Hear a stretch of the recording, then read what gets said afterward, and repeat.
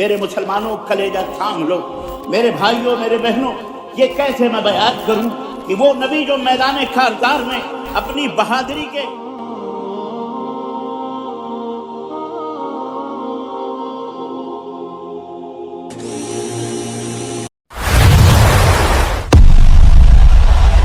پہلی مرتبہ ہمارے چینل لائے ہیں پلیز سبسکرائب کر لیجئے۔ الغرض جب دعوت دین مکمل ہو گئی اور عرب کی باگوڈور، عرب کی نکیل اسلام کے ہاتھ میں آ گئی اور پورے عرب کے اندر اسلام پھیل چکا، تو رسول اللہ صلی اللہ علیہ وسلم کے جذبات اور احساسات، آپ کے طور طریقے، آپ کے حالات، آپ کے ظروف، آپ کے گفتار اور آپ کے کردار سے ایسی نشانیاں ظاہر ہونے لگی، ایسے علامات پیدا ہونے لگے جس سے لوگوں کو یہ محسوس ہوتا تھا کہ اب شاید اللہ کے نبی ہم سے رخصت ہونے والے ہیں، بہت جلد ہم سے رخصت ہونے والے ہیں اور دنیا کی زندگی اب شاید الوداع کہنے کا وقت آ چکا ہے اور نبی اب الوداع کہنے والے ہیں۔ نبی کائنات صلی اللہ علیہ وسلم نے سن 10 ہجری رمضان المبارک کا مہینہ تھا، عام طور پر ہمیشہ 10 دن اعتکاف کیا کرتے تھے، لیکن جب آپ کی زندگی کا آخری رمضان المبارک آیا تو آپ نے 20 دن اعتکاف فرمایا۔ یہی وہ سال تھا جب سیدنا جبریل علیہ السلام رمضان المبارک کے مہینے میں تشریف لائے اور آپ کو 2 مرتبہ قرآن کا دور فرمایا، 2 مرتبہ قرآن کا دور کروایا نبی کائنات صلی اللہ علیہ وسلم، جبکہ ہر سال 1 دفعہ قرآن کا دور ہوتا تھا، لیکن جب آخری رمضان تھا زندگی کا تو 2 دفعہ۔ اسی طرح نبی کائنات نے زندگی کا پہلا اور آخری حج فرمایا جس کو حجۃ الوداع کہا جاتا ہے، اور اسی حجۃ الوداع کے موقع پر آپ نے فرمایا، لوگوں مجھے معلوم نہیں ہے کہ اس سال کے بعد اپنے اس مقام پر تم لوگوں سے کبھی مل سکوں، مجھے اس بات کا پتہ نہیں ہے۔ اسی طرح سے جمرہ عقبہ، آخری جو جمرہ ہے جس پر کنکری ماری جاتی ہے، وہاں کھڑے ہو کر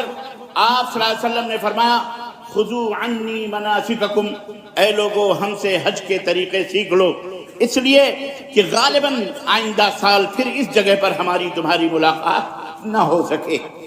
اس طرح نبی کریم صلی اللہ علیہ وسلم کے طور طریقے سے لوگوں کو محسوس ہونے لگا کہ شاید اب اللہ کے نبی ہم سے رخصت ہونا چاہتے ہیں۔ یہی نہیں، ایام تشریق کا جب موقع 11، 12، 13 حج کے ایام تشریق، 10ویں تاریخ کو قربانی کا دن یوم النحر کہا جاتا ہے، 11، 12، 13 یہ 3 قربانی کے دن ہیں جنہیں ایام تشریق کہا جاتا ہے۔ ایام تشریق کے موقع پر میدان منی میں اسی دوران سورہ النصر نازل ہوئی، اذا جاء نصر اللہ والفتح ورأيت الناس يدخلون في دين الله افواجا فسبح بحمد ربك واستغفر انه كان توابا۔ یہ سورہ مبارکہ نازل ہوئی، اب صحابہ کو تقریباً یقین ہونے لگا کہ اللہ تعالیٰ نے گویا اس سورہ مبارکہ میں نبی کے آخری زندگی کی آخری زندگی کے بارے میں کچھ وفات کی اطلاع دی ہے، آپ صلی اللہ علیہ وسلم کے موت کی اطلاع دی ہے۔ چنانچہ اس طرح سے صحابہ کرام کو تھوڑا بہت اس طرح سے محسوس ہونے لگا۔ ذی الحجہ کا مہینہ، حج کا مہینہ ختم ہوا، محرم کا مہینہ ختم ہوا، سفر کے پہلے ہفتے تھے، نبی کائنات صلی اللہ علیہ وسلم میدان احد تشریف لے گئے، شہداء کی قبروں کی زیارت کی، اور اس طرح آپ صلی اللہ علیہ وسلم گویا ہوئے ان شہداء کی قبروں سے۔ آپ نے ارشاد فرمایا جیسے کہ آپ زندہ اور مردوں سے رخصت ہو رہے ہوں،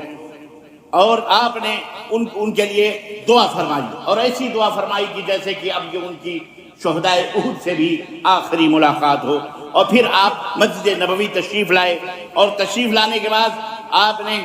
لوگوں کو اکٹھا فرمایا اور فرمایا، اے لوگو میں تمہارا میر کارواں ہوں،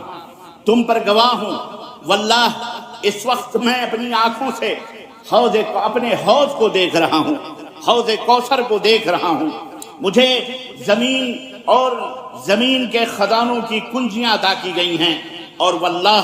مجھے یہ ڈر نہیں ہے کہ میرے بعد تم شرک کرو گے، بلکہ اندیشہ اس بات کا ہے کہ دنیا تمہارے اوپر پل پڑے گی اور دنیا میں تم ایک دوسرے سے آگے بڑھنے کی کوشش کرو گے، دنیا کے حاصل کرنے میں مشغول ہو جاؤ گے، اس بات کا ڈر مجھے ہے۔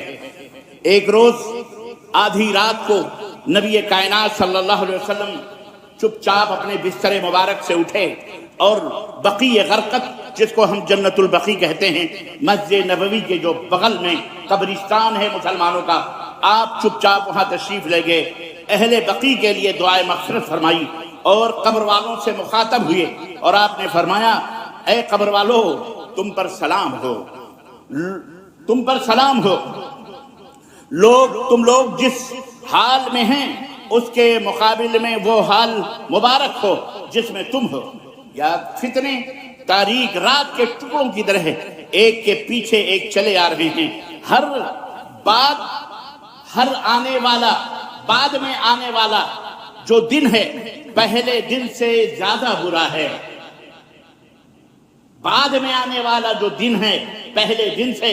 زیادہ برا ہے، فتنے چاروں طرف سے گھرتے آ رہے ہیں۔ اس کے بعد آپ قبروں سے مخاطب، اہل قبور سے مخاطب ہو کر یہاں سے آپ نے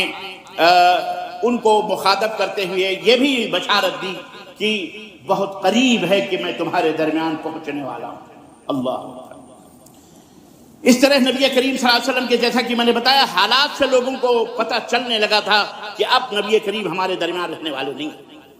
ایک دن وہ بھی آیا کہ سفر کی 29 تاریخ تھی، ہجری کا 11واں سال تھا، سن 11 ہجری 29 سفر، پیر کا دن تھا۔ نبی کریم صلی اللہ علیہ وسلم ایک جنازے میں بقیع تشریف لے گئے قبرستان میں۔ واپسی پر آپ کے سر میں شدید قسم کا درد شروع ہوا، یہ مرض کا آغاز تھا۔ 29 سفر کو نبی کریم صلی اللہ علیہ وسلم کی بیماری کی شروعات تھی، اور بخار اتنا تیز ہو گیا کہ سر پر بندھی ہوئی پٹی کے اوپر سے بھی گرمی اور حرارت محسوس کی جانے لگی۔ یہ آپ صلی اللہ علیہ وسلم کے مرض الموت کی شروعات تھی۔ آپ نے اسی حالت میں 11 دن نماز پڑھائی۔ مرض کی کل مدت 13 یا 14 دن تھی۔ 13 یا 14 دن تک آپ مریض رہے اور اسی حالت میں آپ نے نماز لوگوں کو پڑھائی۔ رسول اللہ صلی اللہ علیہ وسلم، اب آخری ہفتہ نبی کائنات صلی اللہ علیہ وسلم کا آیا، طبیعت کی ناسازی کا۔ روز بروز طبیعت بوجھل سے بوجھل ہوتی جا رہی تھی۔ اسی دوران آپ صلی اللہ علیہ وسلم نے ازواج مطہرات سے پوچھنا شروع کیا کہ کل میری باری کہاں ہے، کل میری باری کہاں ہے، کس بیوی کے پاس ہے؟ آپ کو بتایا جاتا فلاں کے پاس ہے، فلاں کے پاس ہے۔ بار بار آپ کے پوچھنے پر ازواج مطہرات یہ سمجھ گئیں۔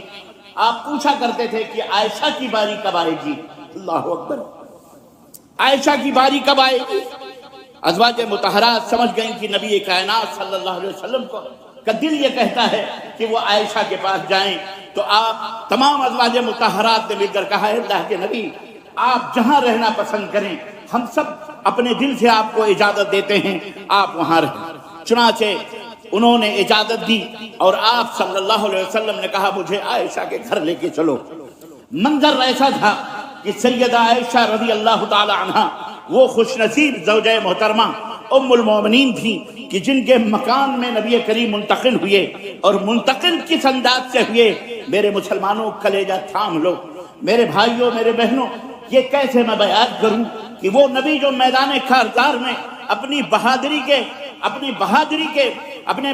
کے کرشمے دکھا رہا، وہ نبی جو کہتا تھا انا النبی لا کذب، میں وہ نبی ہوں۔ جب سارے مسلمان میدان چھوڑ کر بھاگ گئے تو تنے تنہا غزوہ حنین میں وہ نبی تلوار لے کر کے دشمنوں کے مقابلے میں کھڑا اور کہا لوگو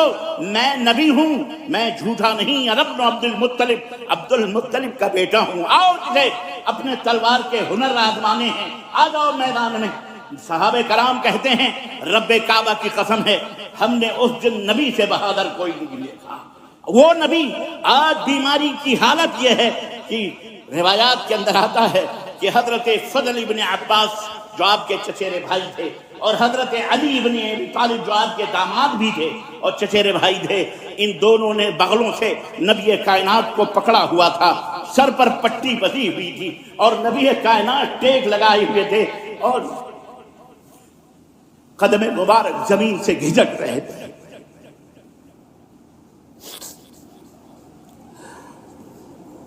اس کیفیت کے ساتھ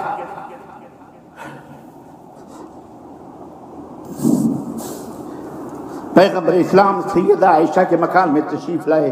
اور زندگی کے آخری لمحات تک آپ انہی کے مکان میں تشریف لائے۔ سیدہ عائشہ قل اعوذ برب الفلق اور قل اعوذ برب الناس یہ سورتیں پڑھ کر جو اور وہ آیتیں یا سورتیں جو نبی نے حفظ کروائی تھی انہیں پڑھ پڑھ کر نبی کائنات پر دم کرتی تھی اور برکت کی امید میں نبی کے ہاتھوں کو نبی کے ہی جسم کے اوپر پھیر کر کے آپ دعا کرتی تھیں۔ اس وقت آپ نے مرض کی شدت کو میں کچھ کمی محسوس کی اور آپ نے کہا مجھے مسجد میں لے کے چلو۔ آپ کو مسجد میں لایا گیا، سر مبارک پر پٹی بندھی ہوئی تھی اور منبر پر آپ تشریف فرما ہوئے اور بیٹھ کر خطبہ دیا، اور یہ آخری خطبہ تھا جو نبی کائنات نے منبر پہ دیا تھا۔ جو آپ بیٹھے، آپ نے اللہ کی حمد و ثنا بیان کی اور لوگوں سے کہا لوگوں میرے قریب آ جاؤ۔ لوگ قریب آ گئے، پھر آپ صلی اللہ علیہ وسلم نے جو بات کی اس میں آپ نے بہت ساری باتیں بیان کی یہود و نصارہ کے تعلق سے کہ لعن اللہ الیہود والنصارى اتخذوا قبور انبیائہم مساجدا، اللہ کی لعنت ہو یہود و نصارہ پر جنہوں نے اپنے نبیوں کی قبروں کو، اپنے بزرگوں کی قبروں کو سجدہ گاہ بنا لیا، انہیں مشکل کشا سمجھ لیا، انہیں نظر و نیاز کا اڈا بنا لیا۔ چنانچہ بہرحال اور بہت ساری نصیحتیں تھیں۔